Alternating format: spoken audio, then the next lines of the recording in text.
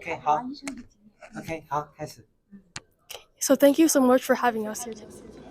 So my first question is, what is the current climate for Asian Americans in the country like? First of all, thank you for the opportunity to be interviewed by both of you, Alice and Johan. And I'm delighted to have this opportunity to share my viewpoint regarding Asian Americans. I am an immigrant, came from China. I came to this country actually at age already older than you now, at age 21, 41 years ago. And I see, the status of Chinese Americans in America and the change in the last 4 decades. I would say Chinese Americans have made tremendous progress in terms of improving our social status, but we still have a long way to go. Sometimes you wonder, how can we figure out where are we, right? Where we are. You can figure out where we are by when the events take place where there are backlashes against Asian Americans, and you see that during the COVID. And you see that in terms of many of the forces that made it harder for Chinese Americans to excel academically or get into school that we deserve. So we still have a long way to go. I would say we have made progress, but we still have a long way to go. Okay, so on that topic of basically how racial discrimination, our next question is, why are Asian Americans rarely authentically represented in media? Great question. We are not authentically represented in the media mainly because of two reasons. One is Asian Americans tend to work within ourselves, so we're not, as compared with Latinos, African Americans, we're not getting out of our own circle and do more things for American community at large. So that's a reason that you have to, do more things for the country and participate, do things beyond the circle of Asian Americans. Second, so lack of action outside Asian American circles. The second reason is we are genetically a very quiet bunch. When you say Asian Americans, they always say, oh, it's good student. They are good students and they study hard, but very rarely you will hear people commenting that, well, Asian Americans are very, loud bunch. That's very uncommon, right? But their quietness was good for, getting good grades and study hard, but it's not good in an open Western society where you need to speak up. We need to communicate our concern to the American society at large. So to answer your question is that 2 reasons why we're not represented in the media. Number one is because our own lack of intent to do things outside Asian American circles and do things for America in general. Second, that's lack of doing, but second is lack of speaking. We're lacking, compared to many other racial groups, we're probably on average quieter, and when we do things, we toil in the quietness. But America's open society that if you don't speak, you don't tell your stories, people will not know. Okay, so I completely agree. And our next question is, what changes do you think can be made to give the Chinese more representation, and how? Another great question. I think first is Asian Americans, many are first generation Asian Americans, particularly from China, for example, we tend to not as much confidence, because many of us came to this country later in adult life, and we still have very strong accent in speaking English, and we have to spend time to just kind of be able to build a family, build a life. So we need to gain confidence, recognizing that for the first generation, this is as much our nation as anybody else. We are Americans. We're Asian Americans or Chinese Americans, but we are Americans with Asian or Chinese heritage. So confidence.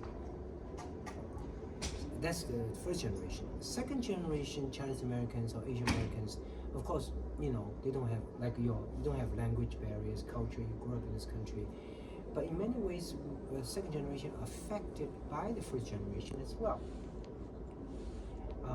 That if mommy, daddy are kind of shy, it's not a very strong inspiration for you. So I think second generation need not wait. I say, mommy, daddy came from China, first generation, they are not very active, but you know what? We're more wholesome Americans. We're going to change ourselves. So first generation need to do our job, be more confident, and just speaking out, telling our stories, especially in American media. But second generation, like you are, second generation Chinese Americans or Asian Americans need not wait for the first generation to act. Do it. Speak up. In many ways, second generation Chinese Americans, sometimes you wonder, am I Chinese? Am I American? Right? What is my identity? As a doctor, as you know in biology, every race has recessive genetic traits. That certain disease will only manifest when people in that genetic group intermarry themselves. In white, the disease is cystic fibrosis. In African Americans is the sickle cell anemia. But when you have a hybrid, like Asian Americans, like Chinese American, you with genetics of Asian, but yet you're brought up in the West culture. I think the question for second generation Chinese Americans is not if my Chinese or American. The answer is you're both. Guess what? You're better than either alone. Okay, so on the next question, since we're on the topic of changes, do you think there's some changes that have already been done that help? Okay, if you can edit, that's good. So where are we? Okay, so my question was, since we're on the topic of changes, what changes do you think have already been done that's fighting against racial discrimination? I think with the COVID, the Stop Asian Hate movement has really energized Asian Americans and Chinese Americans, recognizing that we can be a force to be reckoned with, and we can organize, and we can speak up. So that's already been done. But the problem with that is it has to be sustained. It has to find a cause that is long-lasting. And in that, we can be very much inspired by African Americans and Latino Americans. The everlasting issue for African Americans are civil rights movement. That issue is not going to die away next year or year after. So it's a cause that African American can rally together around and fight forever, for a long time. But Stop Asian Hate is in the context of COVID, many other things. So there's risk of short-term issues that may dissipate. So we need to recognize, we need to identify our long-term goal. We need to have our rallying cry. We need to have our issue, our main concern. For African Americans, our civil rights movement. For Latino Americans, are the immigration. So what is it? It's our issue of our day. That is the key. Unless we identify the issue, ready around it, and that issue is ever long-lasting, will not expire just because pandemic subside down or something like that. We have an issue to build a long-lasting movement that has successfully been initiated by Stop Asian Hate. So on that topic, do you ever think that as Asians will receive? Oh, closer. If you move around, okay, your sound will disappear. Yeah. So on that topic, start again. On that topic, do you ever think that Asian Americans will ever receive full representation in media and such? No, yeah, that's a good question. No, I think it's interesting that's a very good question. In order to understand that, we have to know the population percentages. Latin Americans are 20% US population, African Americans 18%, and Asian Americans is actually not as small as 6%. 6% Asian Americans and 18% African Americans. So Asian Americans are actually 1/3 of the population of African Americans. But let's ask ourselves, do our voice representation, politically or media, because every race can improve its social status only through two main mechanisms. One is political representation, second is media representation. But if you look at the political representation, media representation of Asian Americans compared with African Americans, you know it's not 3-1, it's 10-1 or something. So we can learn so much from African Americans, fellow American citizens, that they are much more willing to change themselves, to speak up, to rallying together for a single issue and supporting each other. Chinese Americans in particular, for example, sometimes when a leader emerges among Chinese Americans, we tend to have this internal jealousy and internal just alienation, not supporting. We need to recognize we are minority. We're the smallest of three minorities: Latin American 20%, African Americans 18%, Asian Americans 6%. So we cannot afford to follow certain negative genetic traits we have, can be jealous any leaders emerge from ourselves. Rather, we need to say, let's learn from African Americans, let's learn from Latin Americans. If there are Asian leaders emerging among us, political representation, if there's a media opportunity, for example, this film Sight is based on my autobiography, From Darkness to Sight. When a film like this, I've been to the United States 41 years, in American mainstream media, other than 古装戏 or Ancient Dynasty or Kung Fu, I've almost never seen 华裔代, the immigrant Chinese American story, represented in mainstream media. So when after 41 years in America, I saw when we see this film like this authentic representation of our life, we should support it.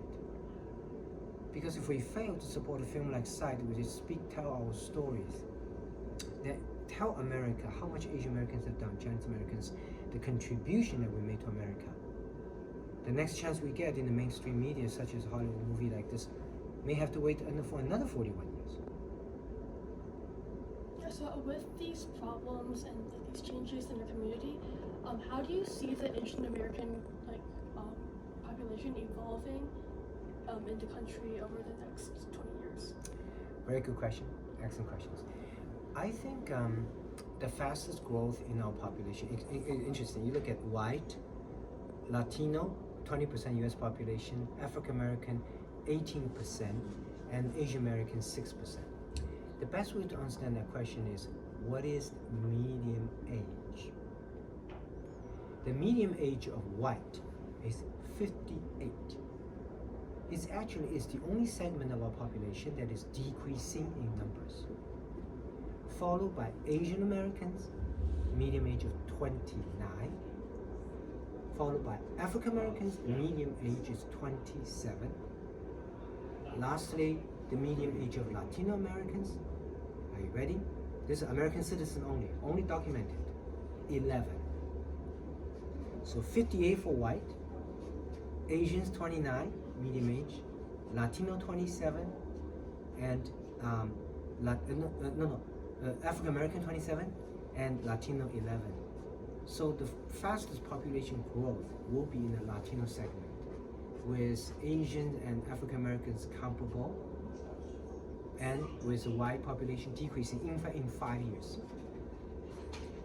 Something will happen that never happened in US history. That is, these three groups, the so-called minorities, Latin Americans, African Americans, Asian Americans, will become the majority for the first time in US history. Okay, so talking about stereotypes towards Asians, how do you think stereotypes towards the Asian community affects us or prevents us from making changes towards equality? Yes, another excellent question. it does affect us. Kind of people can prejudge and have an opinion formed even before they know any specific Asian guy or lady, right? So certain stereotypes. It's overall kind of inhibit our growth and put us into certain places. For example, this film, Sight, it's an authentic Chinese immigrant story, but guess what? After 10 years of making by Hollywood studio, all 10 major distributors in America has turned it down in distributing it. This film is going to be buried by Hollywood because it doesn't have the typical box office success Asian film elements such as Kung Fu and 古装戏. But we as Asian Americans know a lot more than 古装戏 or Kung Fu, right? We have our engineers, doctors, and nurses, and business people. So that's a stereotyping. That's discrimination, or worse. There's something worse than being discriminated. So what can be worse than being discriminated against? Is called being ignored. Because when you discriminate someone, you actually recognize someone's there. But when you ignore someone, you don't even recognize that person's there at all. So what I'm trying to say is that we are living in a time of change, that Asian Americans, that we are being stereotyped. The only reason to turn down this film is because it doesn't have Kung Fu. It's a true story. I know nothing about Kung Fu, right? So they are looking at those specific boxes for us to fit in. So it does inhibit our growth.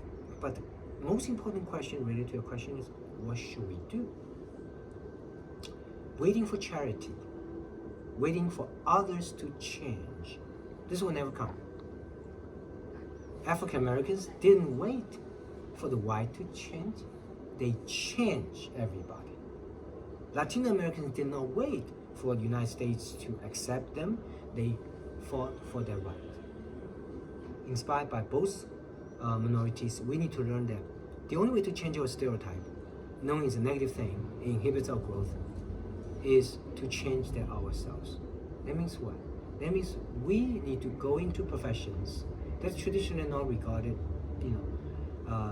popular among Asian Americans. Political representation, media, as I said, these are two main key of improving a race status. We need to participate in the American political process. We need to participate in the American media process. We need, because if you want to do something, you may or may not be able to do it. But if you don't really want to do something, you have zero chance to do it. So what I'm trying to say is that we ask ourselves this tough question: do we want to change the stereotype? Don't blame all others. You can't change others anyway. Ask yourself, are we really intend to change that stereotype through our own action? And just go for it. So how do you think we can educate society and the public about the struggles that we're facing and the racial discrimination that we're facing? You have excellent questions. That's another good question. I think the way to educate the public is by telling our stories. Telling our stories. Because Asian American, as I said, we are where we are is because we tend to confine in our own little circle, and also we are where we are because we tend to be quiet bunch and not speaking out.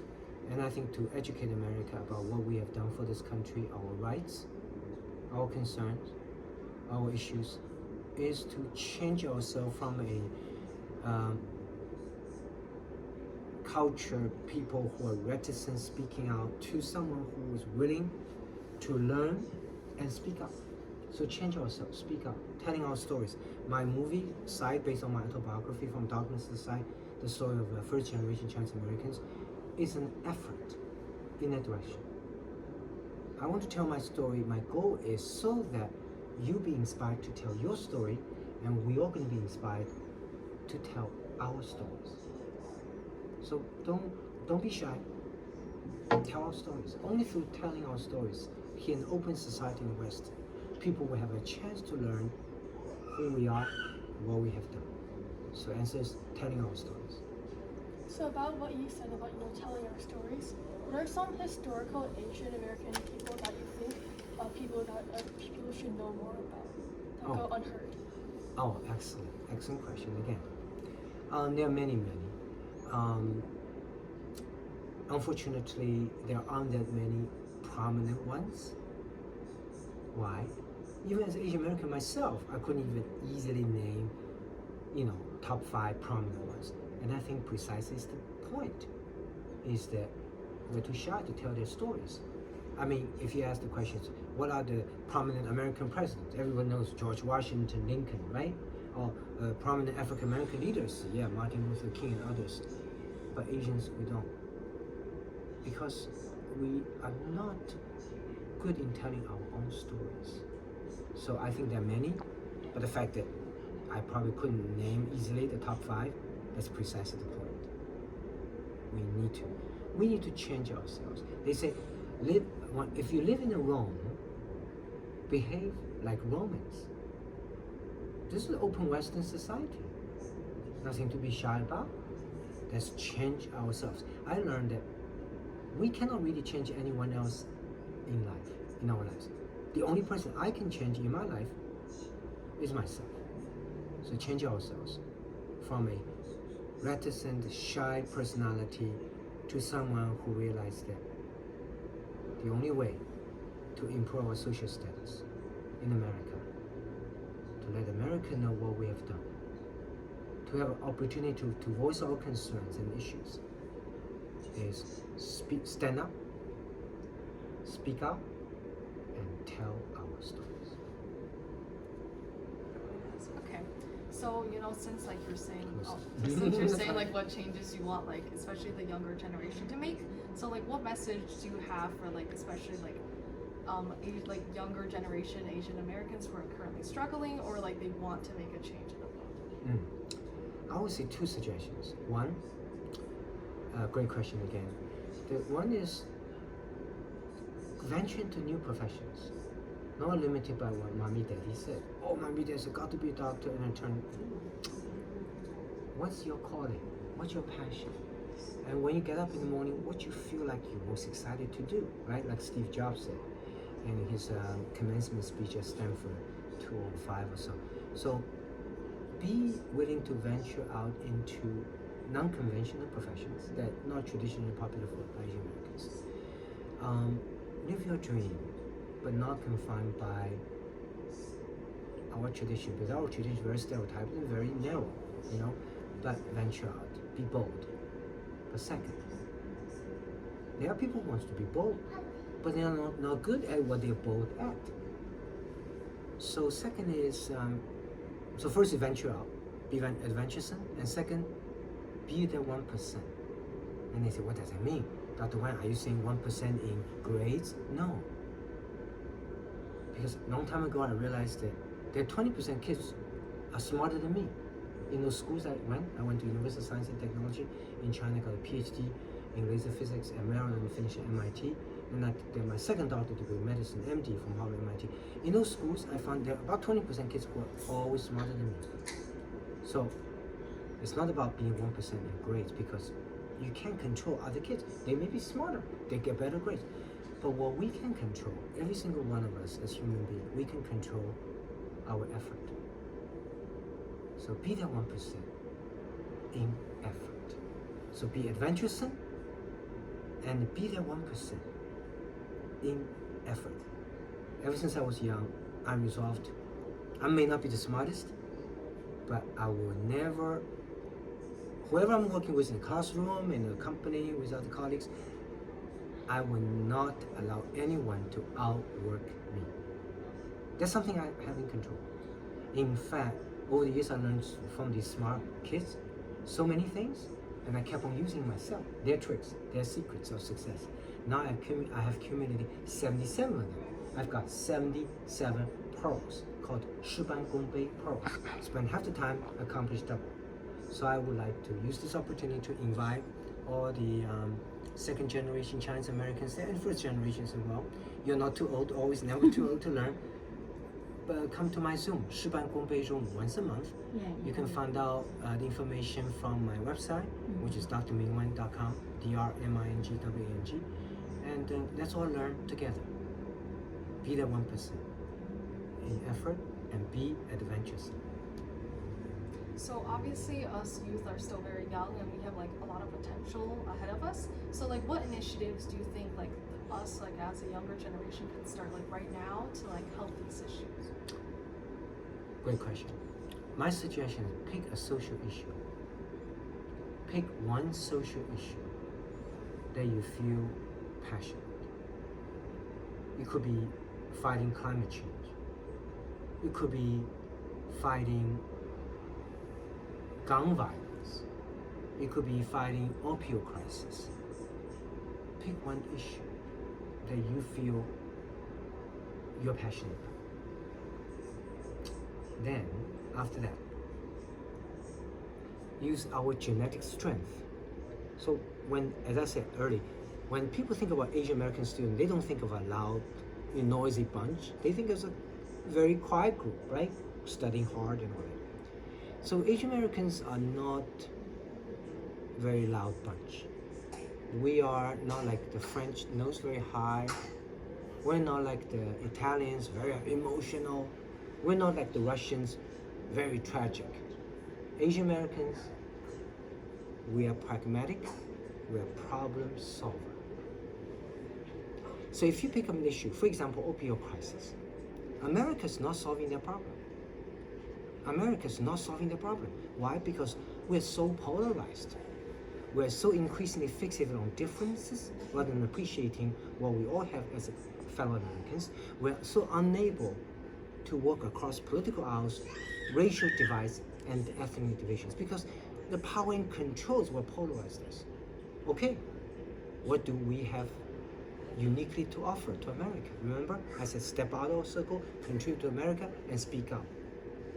I think Asian Americans, we can offer to America what America needs the most right now, which is a pragmatic problem solver. So if you pick opioid crisis,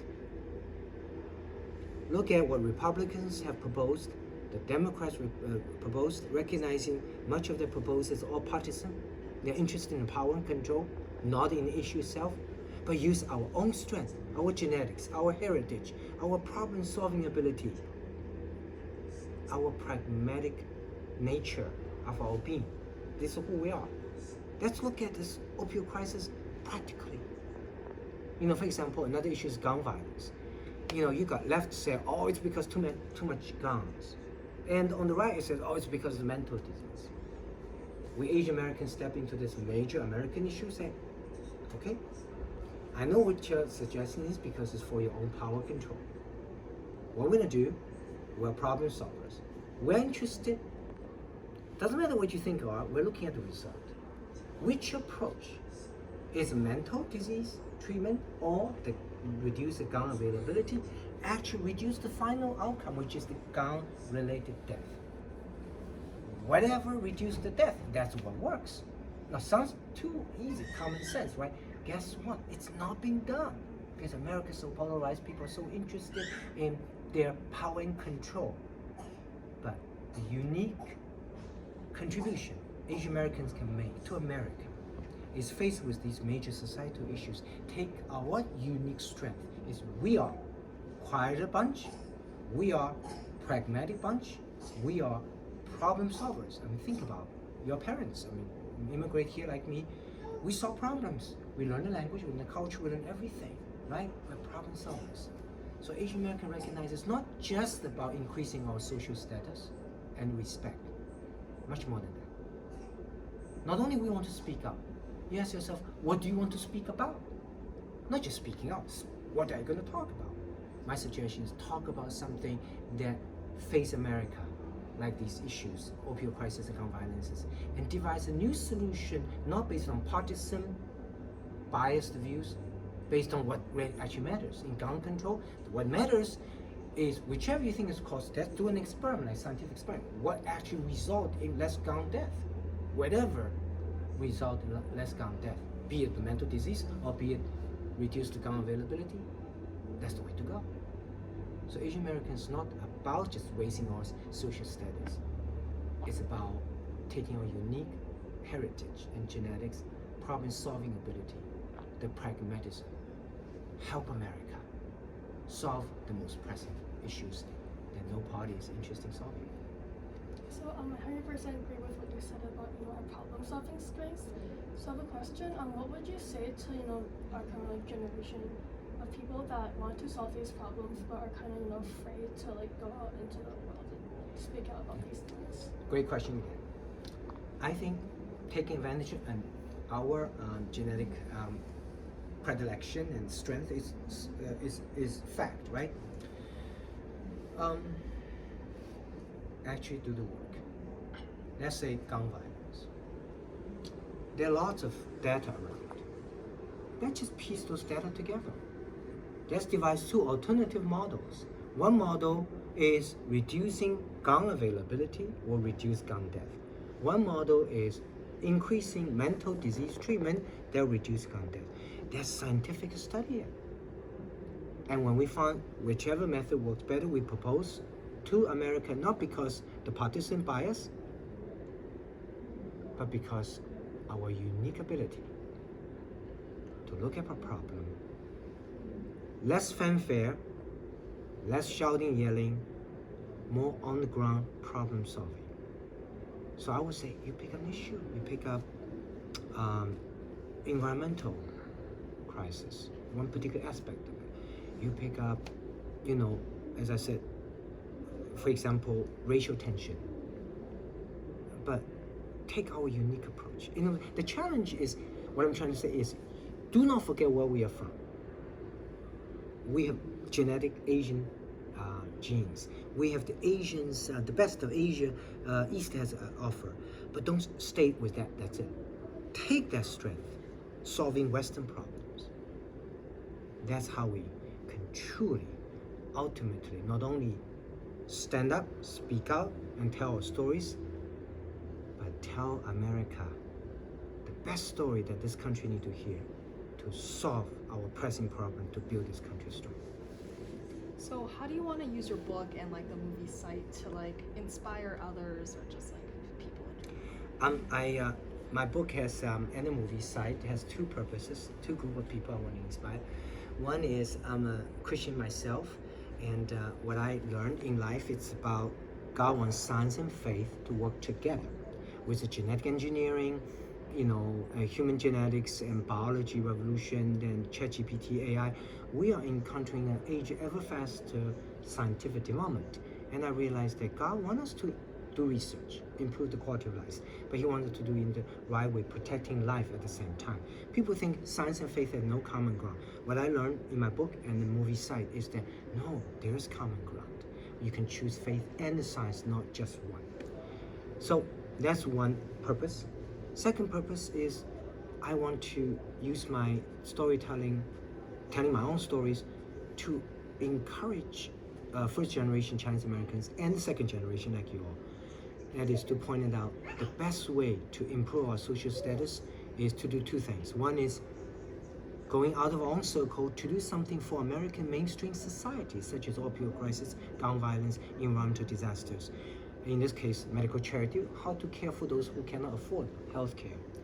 But not only that, not only doing, saying and doing, 说到做到, but in an open Western society, 说到做到不够, not enough. We have to also 做到, 还要再说到.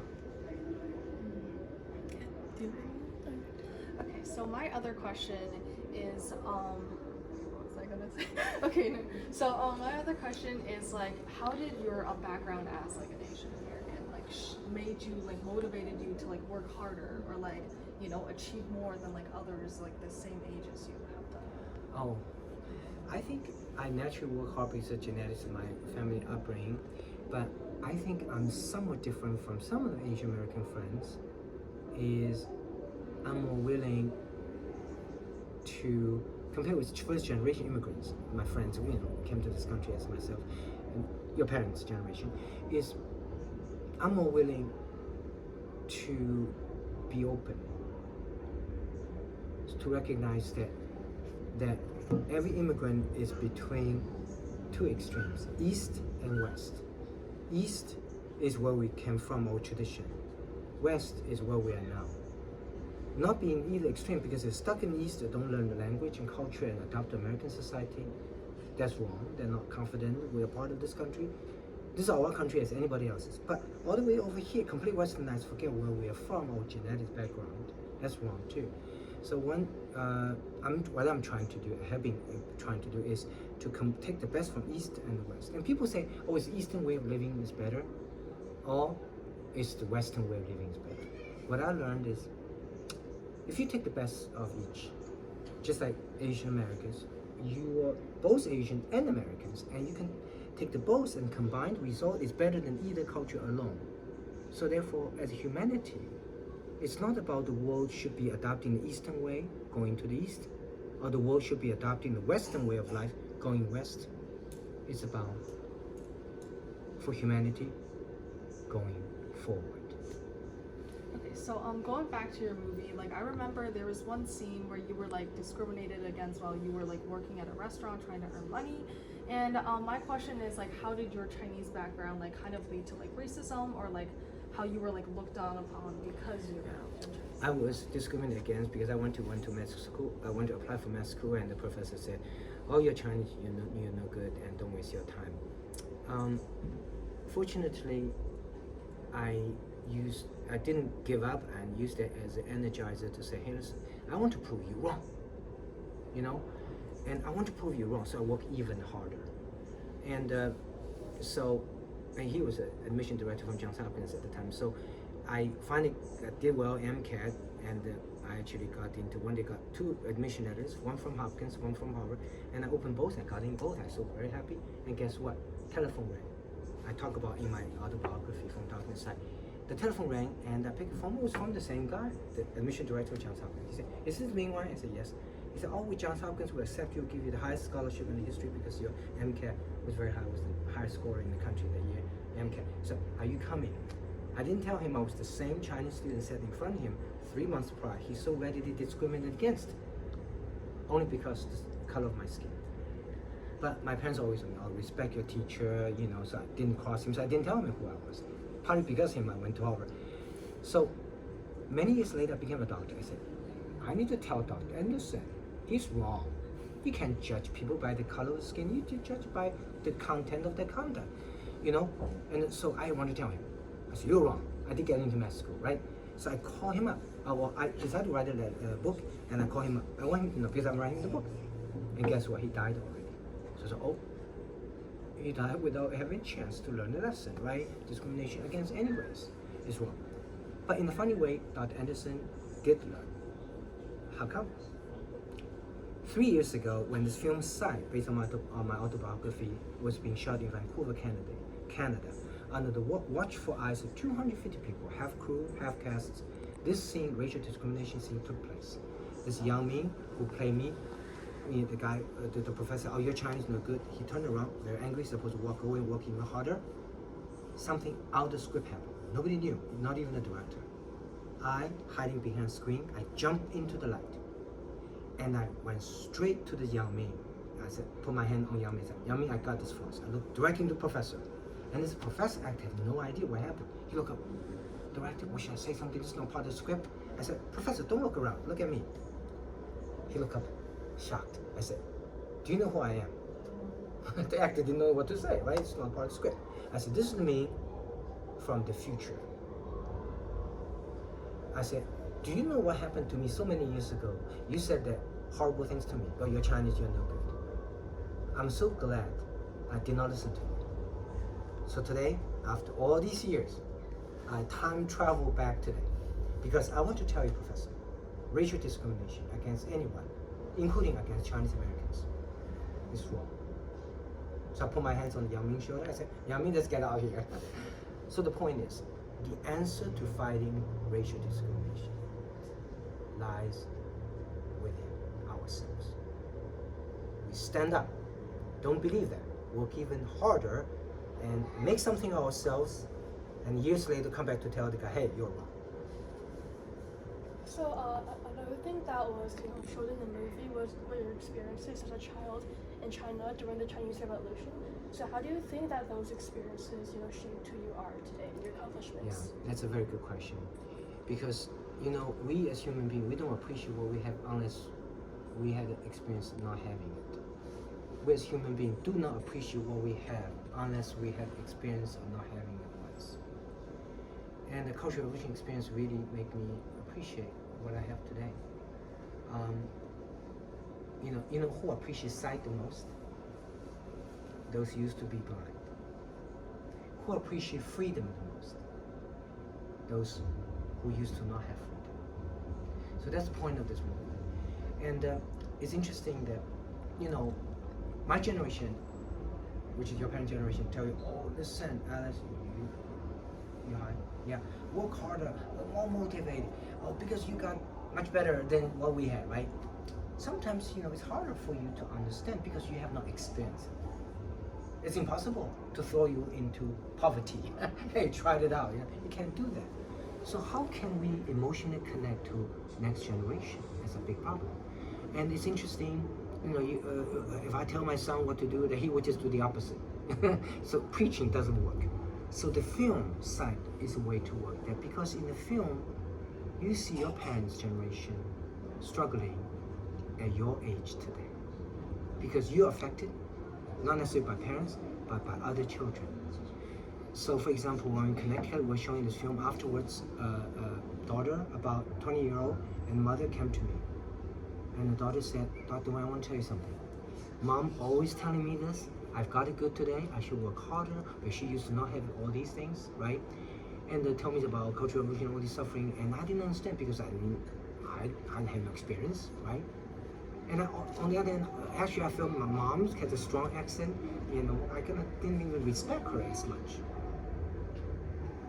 But she said, this daughter said, standing side by side with her mother, after watching the film, they came talk to me. She said, but after watching the film today, Dr. Wang, for the first time I learned about my mother. And Mom on the side was crying. So, aside, by telling stories, telling our life experience is a way to emotionally reconnect with the second generation. So like on the topic of your book, what part of the book do you think should have been incorporated into the movie that like you wish would have been part of it? The movie is only 2 hours, so they couldn't include much of it. They actually wanted to include lots of successful stories, the miracles, surgeries, but I actually want them to include the failures, because we learn more from the failures. The part of the movie that didn't include in the movie, the book didn't include in the movie, is there's a big love story here. Didn't get included because it took too long. It's actually along the line of racial discrimination, and there are lots of other challenges. But overall, I encourage. The book is in audio form, English and Chinese. I'll encourage second generation Chinese American like you, listen it or read it, because it is about learning about your parents through a story. Okay. So like one last question to like wrap up this interview. So what do you think, so why did you go on tour showing this movie for free, and do you think this movie will eventually reach a larger audience? Very good question. I'm doing this crazy, unprecedented in US history. The subject of a film, take the film everywhere across the United States, traveling, not just Chinese American film, any race, ethnicity, showing for free, complete self-fund the entire movement. I'm in one state every week. Monday through Friday I'm doing surgery, seeing patient. Friday, Monday, weekends I travel to my state. A friend said, oh, Ming, you're like conducting a presidential campaign without running for president. Yes, I'm campaigning for Chinese Americans, to encourage everybody to stand up, speak up, and tell a story. I want to tell my story. Lots of Chinese Americans done work much better than me, but we're all too quiet. So I'm doing it because of an ideal that it's interesting that Chinese Americans from all of the United States, whether you're from Hong Kong, Taiwan, mainland, whether you're Republican or Democrats, whether you're Christian, non-Christians, all of us actually for the first time in US history find the common ground. That is this: if you're Chinese Americans, we realize it's about time to stand up, speak out, and tell our stories, because we as Huaryan, we can't change the big government relations. China, US, Taiwan, it's going to get worse. But we all can change one thing, that in each of us, we can tell our stories. So it's the movement I'm generating. Now, your second part of the question is it going to be successful? That's not my concern. Why? Even if it fail, which it likely fail, because for 41 years, all Asian American film, Chinese American film have failed in American mainstream media. So this film may fail also. But even if it fail, it laid ground, it opened maybe a little crack or door for future Chinese American, like your generation, tell your stories. But also, why it doesn't concern me the outcome? Does not concern me the outcome is because of this.